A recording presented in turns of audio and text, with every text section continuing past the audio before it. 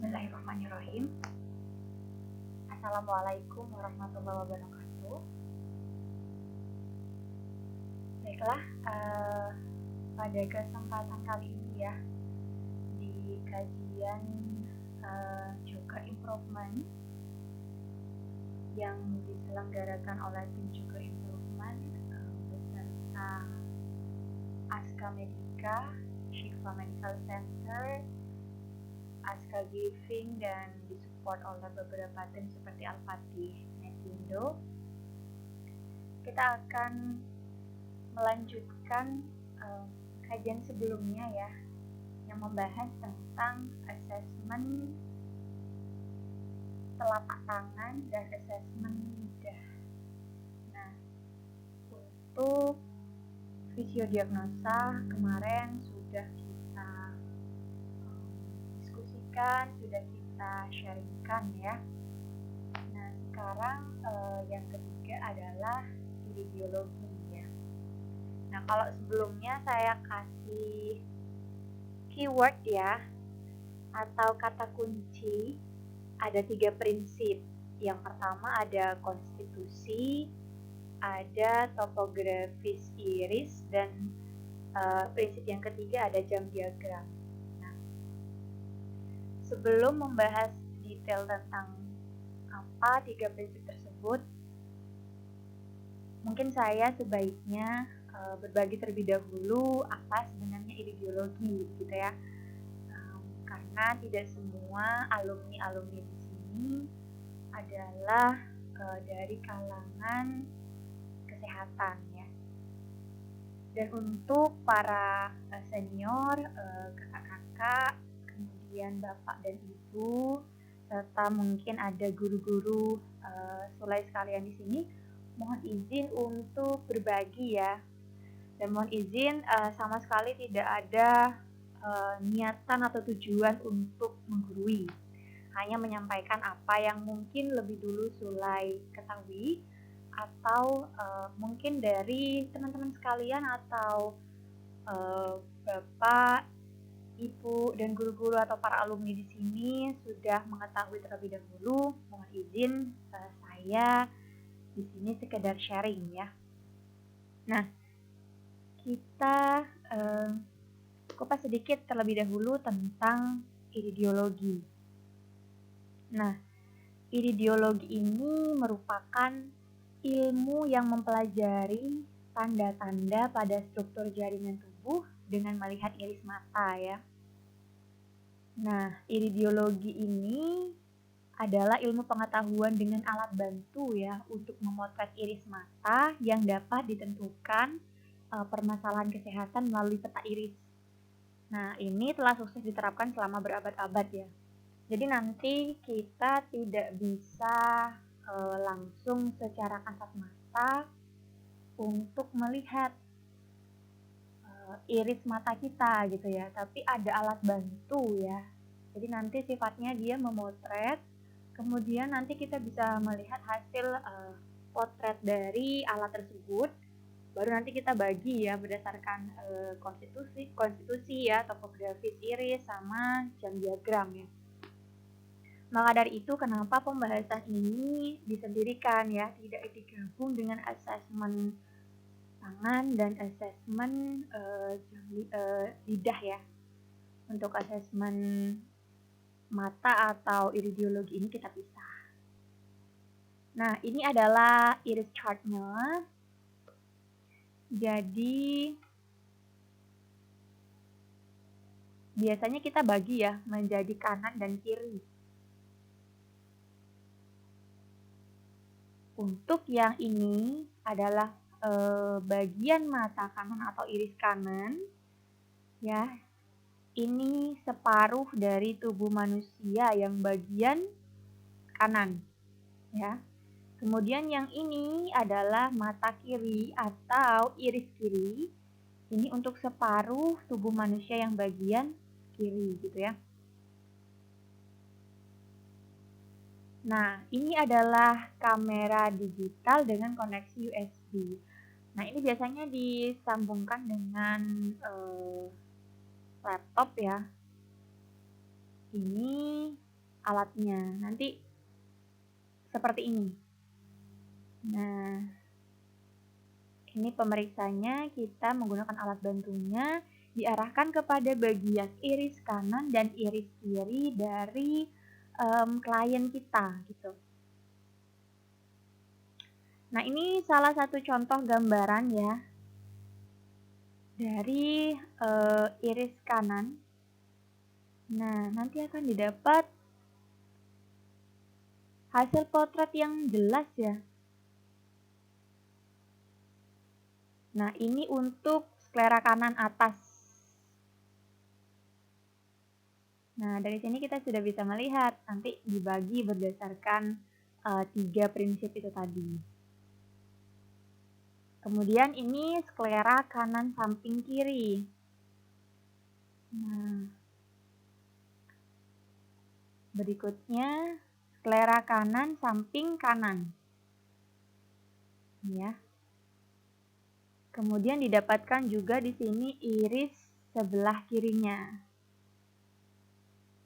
Nah, ini nanti dibagi juga setiap bulatan-bulatannya. Ada berapa di sini. Kemudian setiap jamnya, kemudian setiap belahan-belahan di sini nanti dibagi menjadi beberapa ya. Nah, seperti yang saya utarakan sebelumnya bahwasanya untuk yang kanan ya, ini kan yang right, maka dia untuk bagian tubuh sebelah kanan, dari mulai separuh kepala sampai separuh kaki. Nah, begitu juga yang kiri. Nah, ini salah satu gambarannya ya ketika menggunakan alat tersebut. Nah, ini sudah langsung koneksi langsung dia hasilnya di sini. Nah, kelihatan.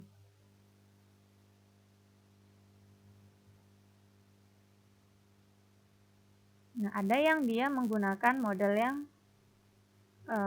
seperti ini. Jadi bergantung tingkat kecanggihan alatnya ya. Oke, kita baiknya lebih paham dulu untuk apakah itu iridiologi, kemudian manfaatnya seperti apa, kelemahannya seperti apa gitu ya. Jadi iridiologi ini kan metode deteksi kelemahan organ tubuh ya melalui selaput pelangi atau iris mata. Untuk keunggulan iridiologi ini atau manfaat iridiologi ini ya, ada beberapa hal. Yang pertama, dapat mengetahui kelemahan suatu organ sebelum munculnya gejala. Nah, hal ini sangat berperan dalam proses pencegahan penyakit. Tidak hanya kita pada ketika sudah timbul gejala, namun di bagian mata atau di bagian iris atau selaput pelangi kita bisa mengantisipasi akan terjadi apa gitu ya, sehingga nanti kita bisa melakukan pencegahan. Berikutnya, segera mengetahui kemajuan pengobatan terhadap sebuah kelemahan organ. Nah, hal ini berguna untuk menentukan dosis ataupun mengganti pengobatan. Jadi, misal ternyata kita ini di bagian medis ya, kita sudah melakukan terapi ini, ternyata kita menggunakan pemotretan ya, menggunakan alat dengan pemeriksaan iridiologi ini, kemudian kita ketahui oh ternyata kemajuan dari organ ini adalah seperti ini. Oh baik, ini berarti dosisnya sudah tidak perlu lagi kita menggunakan yang seperti ini, bisa kita kurangi. Atau ternyata dia mengalami kelemahan justru di organ sini karena diberikan dosis ini. Oh berarti tidak cocok untuk ini, mungkin kita kurangi atau kita ganti. Nah, seperti itu ya. Berikutnya, mampu menilai kesehatan seseorang secara keseluruhan organ dengan sekali ambil gambar iris. Nah, manfaatnya di sini. Jadi, kalau misalkan kita ingin tahu apa yang bermasalah di bagian ginjal, kita cek di bagian ginjalnya gitu ya, yang berhubungan dengan ginjal. Namun kalau ini sekaligus potret ya, sekali potret sekaligus dia mengetahui seluruh hal-hal yang berhubungan dengan organ yang lemah atau terjadi kelainan ya. Jadi kita bisa mengetahui seluruhnya gitu. Enaknya di sini. Nah, untuk kelemahan iridiologi apa? Nah, yang pertama tidak dapat menunjukkan selera makan, jelas ya. Kita tidak tahu ketika kita melihat atau memotret itu apakah selera makannya lagi bagus gitu ya. Atau mungkin makanan yang tidak disukai pasien, nah itu tidak bisa ya. Kemudian berikutnya, tidak dapat menunjukkan tekanan darah dan diabetes serta tingkatannya. Nah, ini enggak ya, jadi ini bisa menggunakan cek DDA ya. Kemudian berikutnya tidak dapat memberitahukan obat apa yang telah dikonsumsi oleh pasien. Ya, jadi karena kan kita memang bukan orang yang sakti yang bisa mengetahui gitu ya. Jadi tetap kita harus konfirmasi kepada pasien obat yang telah dikonsumsi obat apa saja gitu. Berikutnya tidak dapat menunjukkan penyakit lama, misalnya operasi bedah. Nah, ini nggak bisa ya ke sana. Kemudian tidak dapat menunjukkan kapan dan bagaimana luka eksternal terjadi. Nah, misal ternyata ada luka eksternal ya, dia itu terjadi mungkin kena duri atau kena benda tajam atau apapun lainnya ya, habis kecelakaan gitu, kena bagian iris. Nah, itu nggak bisa. Jadi kapan dia dan prosesnya itu seperti apa terjadinya bisa dapat luka eksternal itu gitu ya. Kemudian tidak dapat memastikan racun apa atau benda asing mana yang telah memasuki tubuh. Ya, nggak bisa ya. Kita harus konfirmasi dulu ke pasiennya atau kliennya. Nah, iridiologi ini melihat kelemahan organ internal tetapi tidak dapat menunjukkan penyakit yang sudah diketahui. Nah, nggak bisa ya. Berikutnya, tidak dapat menunjukkan jenis kelamin pada awal kehamilan. Jadi, memang perlunya nanti ini harus USG ya, tidak untuk ke sana gitu. Tidak untuk mengetahui jenis kelamin. Berikutnya, tidak dapat memastikan penyakit paru-paru akan tetapi hanya menunjukkan kondisi kelemahannya. Penyakit paru-paru kan banyak ya. Bisa dia itu asma, bisa dia itu nanti CA paru, bisa dia itu efusi pleura atau apa gitu ya. Nah, itu tidak bisa secara spesifik menentukan penyakitnya itu, hanya saja oh ini ada kelemahan di organ parunya. Nah, untuk mengetahui kelemahannya apa atau dia penyakitnya apa yang bermasalah di parunya, kita harus melakukan pemeriksaan spesifik di area paru gitu. Berikutnya untuk kelemahan ini di sini tidak dapat menunjukkan penyebab penipisan atau kerontokan rambut ya. Jadi apakah dia itu karena kemoterapi atau dia karena masalah di metabolisme atau seperti apa yang menyebabkan dia menjadi rambutnya rontok gitu ya. Itu tidak bisa. Kemudian tidak dapat menunjukkan jenis bakteri yang menimbulkan berbagai penyakit. Ya, apakah dia itu bakterinya dari bakteri apa namanya, kan banyak sekali gitu ya. Nah, itu tidak tahu. Spesifik gitu tidak bisa. Kemudian tidak dapat menunjukkan masalah gigi. Nah, tidak dapat menunjukkan keberadaan timah atau merkuri atau logam di dalam tubuh. Tidak bisa. Di lab lah. Gitu ya. Nah, ini berikutnya tidak dapat menunjukkan penggunaan pil kontrasepsi. Apakah orang ini atau wanita ini sedang menggunakan pil kontrasepsi atau enggak? Nggak bisa ya dilihat dari iridiologi ini. Kemudian selanjutnya tidak dapat memastikan apakah bedah itu perlu atau tidak ya. Jadi yang lebih tahu nanti ketika dilakukan pemeriksaan lanjutan gitu ya. Nah, tapi meskipun demikian, keterampilan analisis ataupun mendiagnosis ini harus tetap dibangun sebagai human skill ya, sebelum mengadopsi teknologi modern. Nah, karena di sini juga bisa langsung sekaligus beberapa permasalahan atau kelemahan di organ yang lain ketahuan dengan sekali potret gitu ya.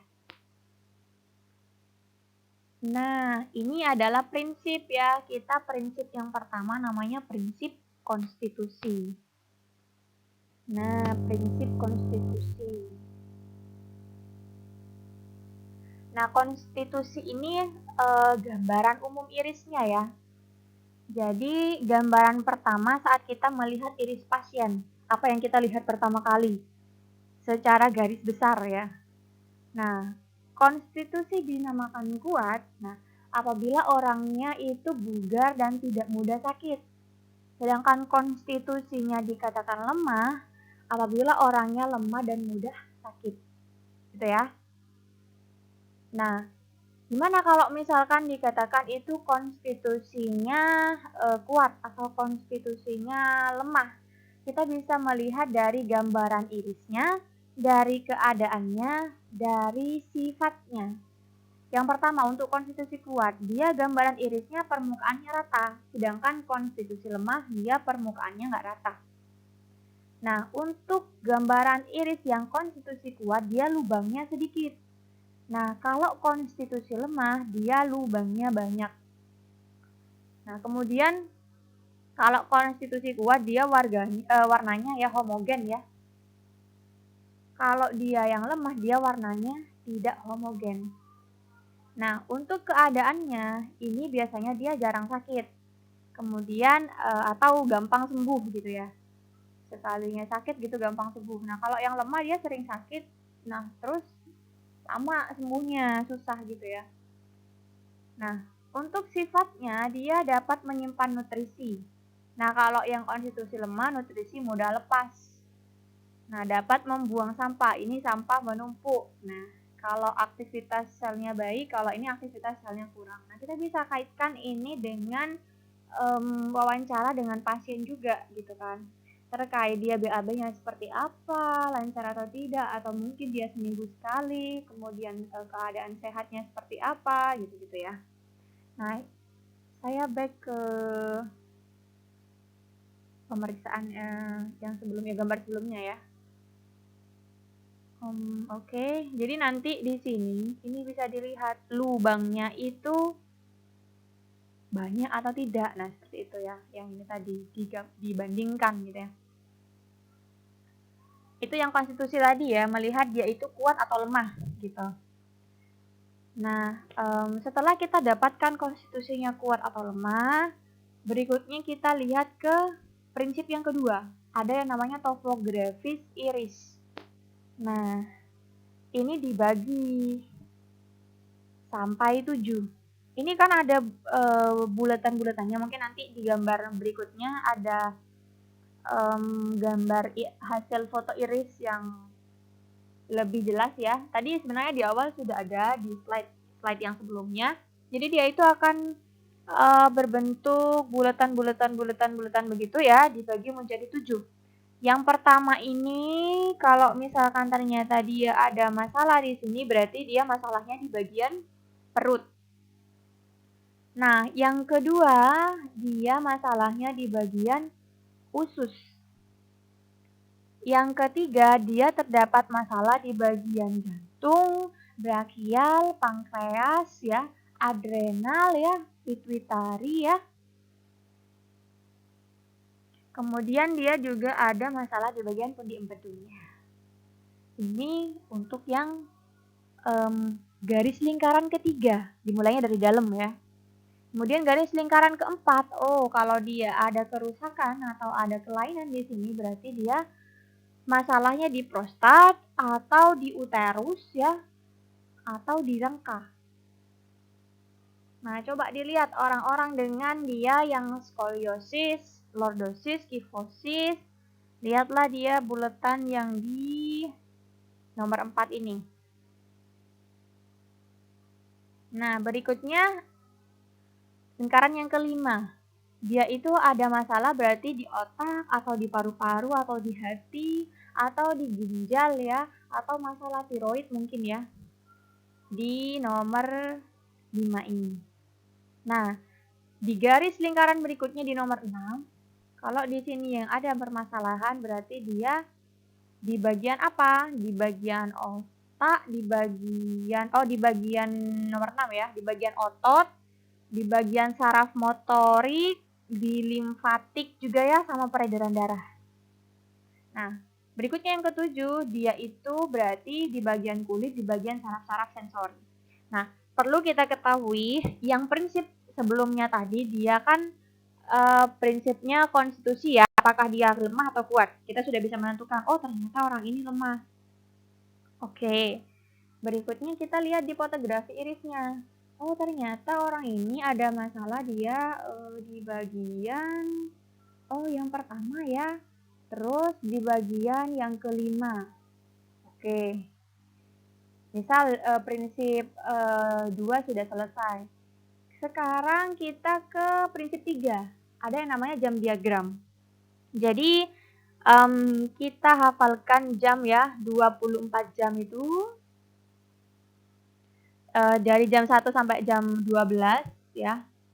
Maksudnya dari jam 1 sampai jam 12, jam 1 ini arahnya sini gitu ya, dibagi sampai per organ di sini.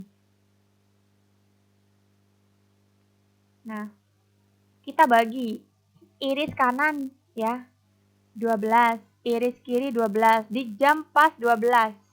Nah, ini ada kaitannya dengan semangat hidup. Nah, kemudian di jam 11 sampai jam 12 di iris kanan. Nah, ini ada kaitannya dengan otak kecil, sensori ya, kecakapan fisiologi, saraf pergerakan, kemudian mentalitas bawah, keseimbangan. Kemudian ada iris kiri dia pusat rasa sakit, dan iris kanan dia tuh mental dan dorongan seksual gitu-gitu ya. Kemudian di kanan ya, kita langsung menyebutnya kanan, ini kiri.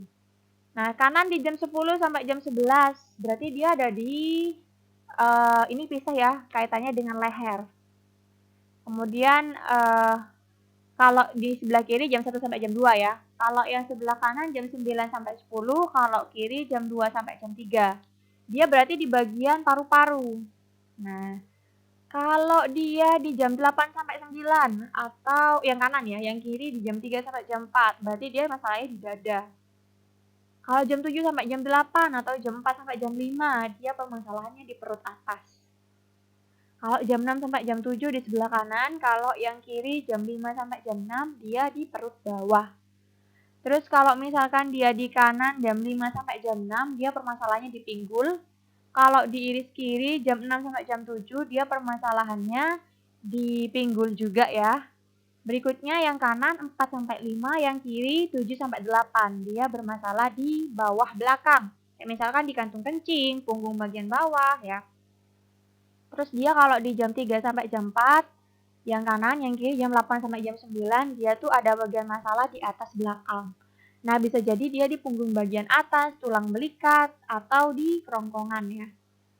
Berikutnya untuk yang jam 2 sampai jam 3 di bagian iris kanan, dan iris kirinya jam 9 sampai jam 10, berarti dia ada masalah di tenggorokan ya, termasuk pita suara, kelenjar tiroid, dan lain-lain.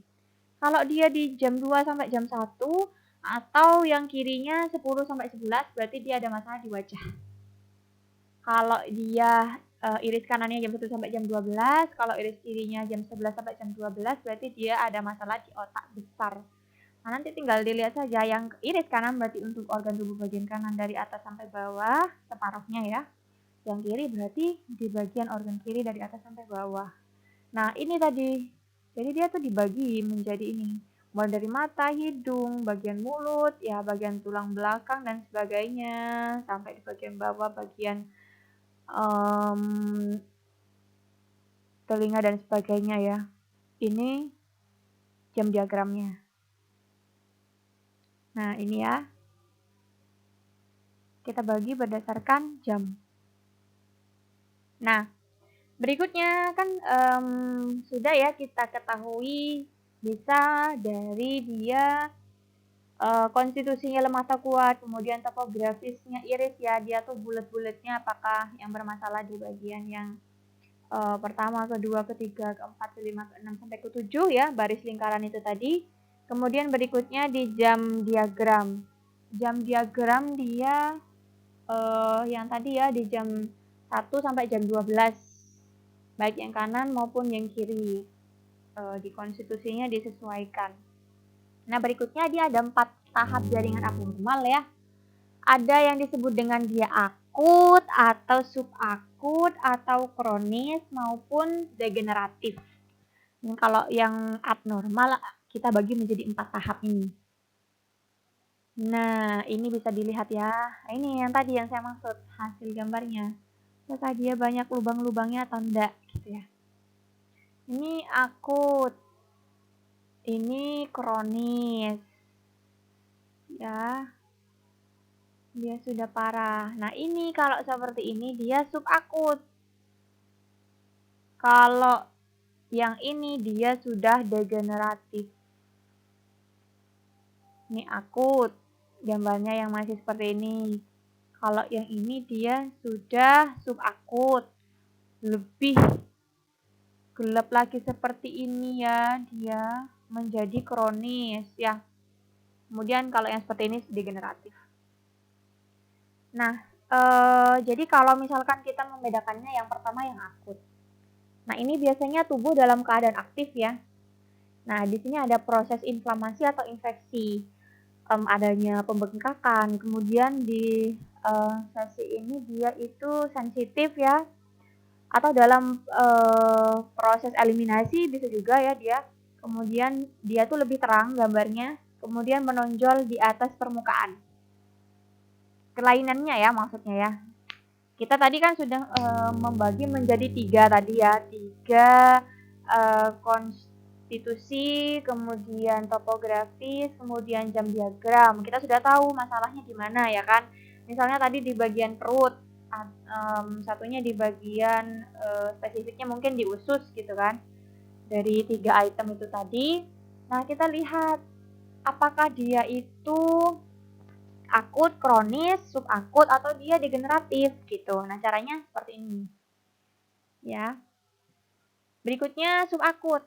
Nah, dia itu suplai saraf menurun, nutrisi berkurang, sirkulasi melambat, agak gelap, ada lubang dangkal ya.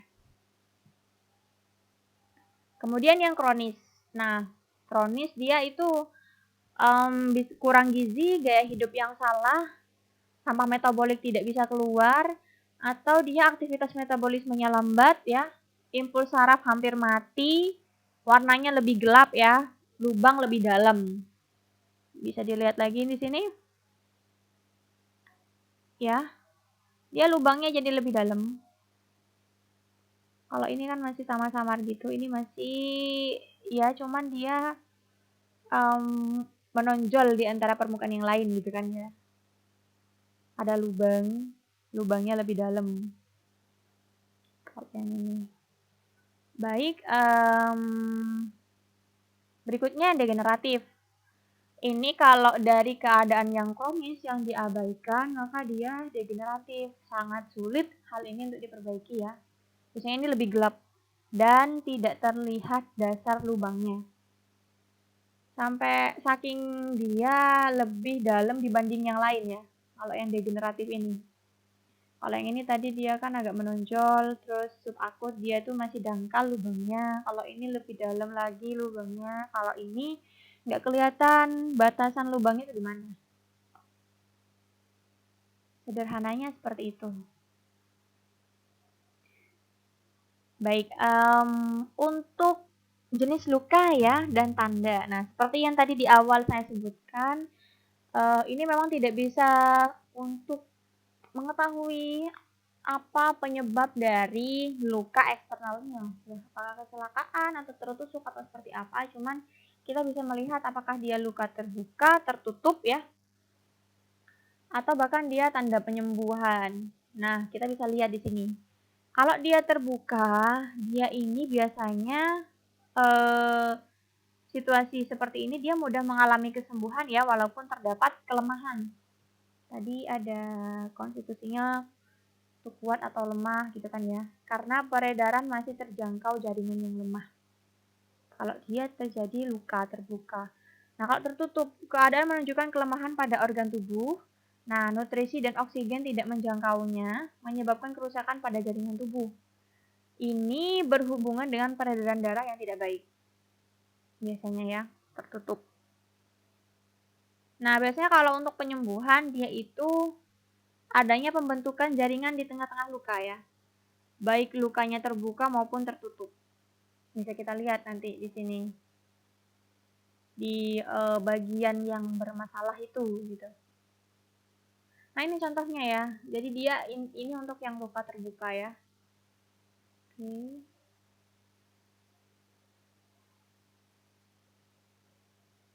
Nah, kalau ini dia lukanya tertutup. Oke, jelas ya bedanya ya. Ini peredaran darahnya kan kaitannya, kalau yang tertutup tidak baik ya. Nah, kalau tanda penyembuhan seperti ini. Oke, lanjut kaitannya dengan sigmoid ya.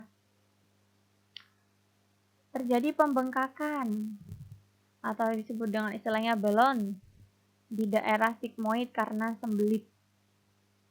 Nah, pada iris mata kiri ini terlihat membesar atau melebar. Kita bisa lihat. Nah, ini loh. Dia menjadi iris mata kirinya menjadi membesar atau melebar.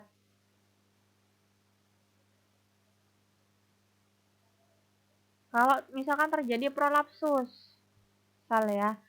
Jadi dia itu bisa sampai jatuh ya, jatuh menekan organ di bawahnya. Nah, ini biasanya perut agak buncit ya, sering sakit pinggang atau keputihan ya. Kemudian di sini sering kencing ya. Dan ini sukar hamil biasanya. Nah, orang sembelit yang selalu menaiki bangunan 2 tingkat atau mengangkat benda berat biasanya di sini akan menjadi prolapsus, jatuh. Nah, ini mendekati bagian tengah atau turun mendekati pupil.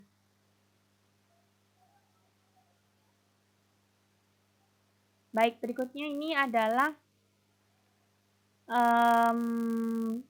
masalah paket bowel ya. Nah, ini kaitannya dengan bowel syndrome, irritabilitas bowel syndrome atau IBS. Biasanya perutnya kembung, angin menyesak di dada seperti serangan angina pectoris ya. Kemudian mirip dengan gejala masalah gangguan di jantung ini ya.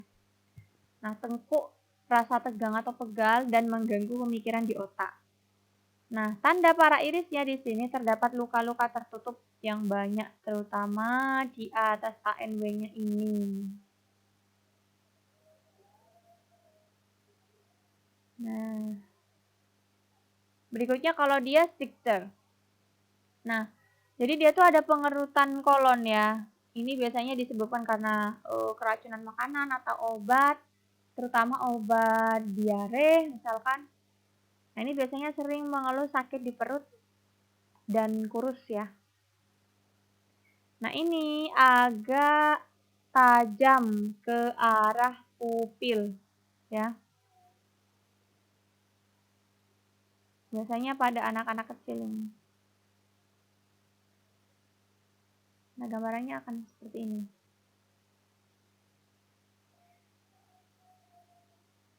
Oke. Nah, ini terjadi pengerutan pada kolon yang mengganggu proses pengeluaran feses. Biasanya bentuknya akan seperti ini. Nah, gambarannya begini. Bergelombang gitu ya, kayak berbentuk bunga gitu kan. Harusnya kan enggak ya. Nah, kalau dia tindanya tidak dapat dibuang dengan sempurna, dia kan akan melekat di lipatan usus ya. Lama-kelamaan dia akan menjadi tinja kering. Namanya adalah mukoid. Biasanya harus dilakukan cleansing ya.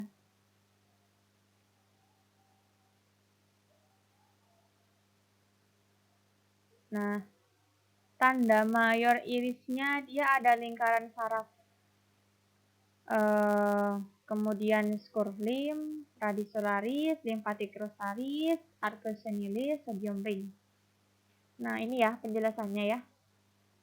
Stress line dia itu bisa dilihat ya, berbentuk lingkaran yang sirkuler, berada di daerah pinggiran iris. Oke. Warna putih untuk akut ya, dan gelap untuk kronis. Semakin berlapis berarti semakin stresnya tinggi ya. Nah, ini biasanya pada keadaan cemas. Jadi ada lingkaran saraf ya namanya ya. Nah, bentuk lingkaran di area iris.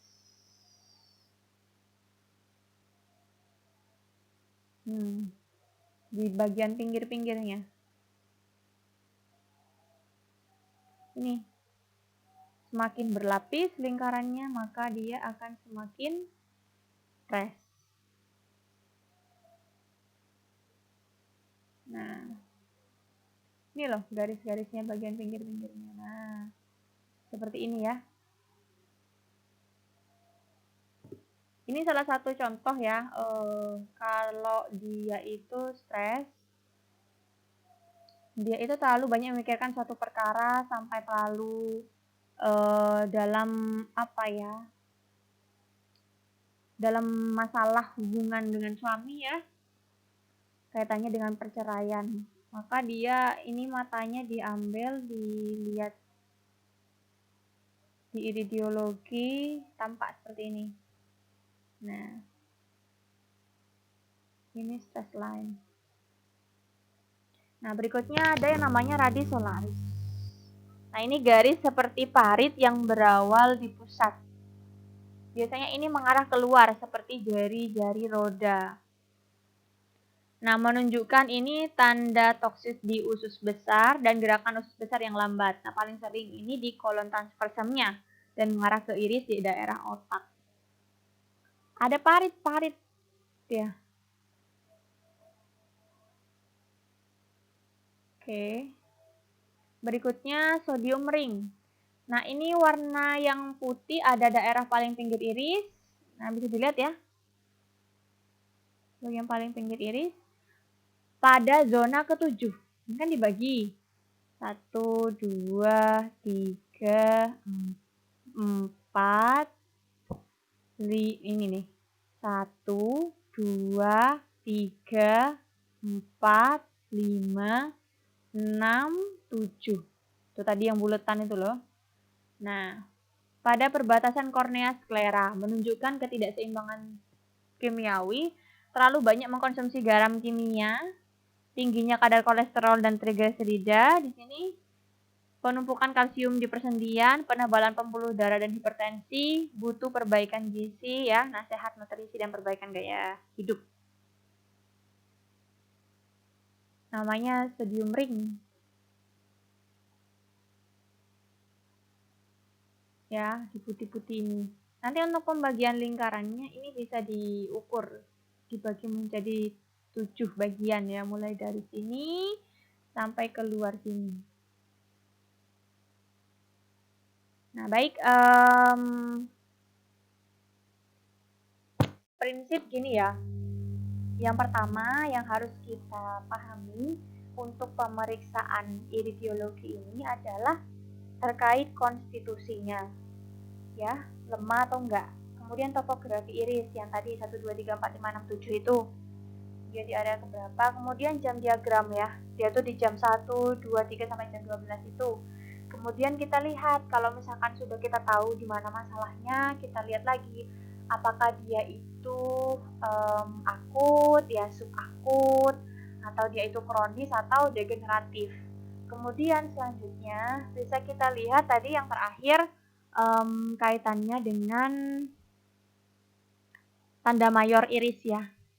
Jadi untuk selain yang 3 item tadi, konstitusi, topografi iris, sama jam dinding, kemudian tadi sudah ditentukan subakut enggaknya. Nah, kita bisa lihat gejala mayor irisnya.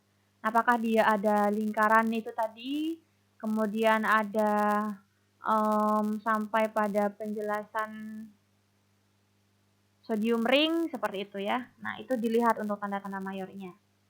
Itu yang bisa disampaikan pada asesmen iridiologi ini ya, asesmen mata ya. Jadi kita simpulkan ya, iridiologi adalah ilmu tentang peta iris untuk menentukan permasalahan kesehatan klien. Kemudian kalau dia sklerologi, ilmu yang belajar tentang sklera ya, merah, icterus dan lain-lain. Nah, itu spesifik. Kemudian di sini perlu mengikut sertakan data yang lain untuk memastikan kebenaran masalah klien. Tadi seperti yang disebutkan sebelumnya, apakah dia itu sering sakit atau tidak, nah, apakah dia itu kuat atau lemah dan sebagainya. Nah, itu bisa diikut sertakan data yang lainnya untuk memastikan apakah masalah ini benar atau sesuai atau enggak. Gitu ya. Baik, itu saja yang bisa saya sampaikan. Sebelumnya saya mohon maaf ya. Terima kasih atas perhatiannya. Yang benar dari Allah dan transfer ilmu dari guru-guru saya, yang salah dari saya pribadi. Terima kasih banyak. Wassalamualaikum warahmatullahi wabarakatuh.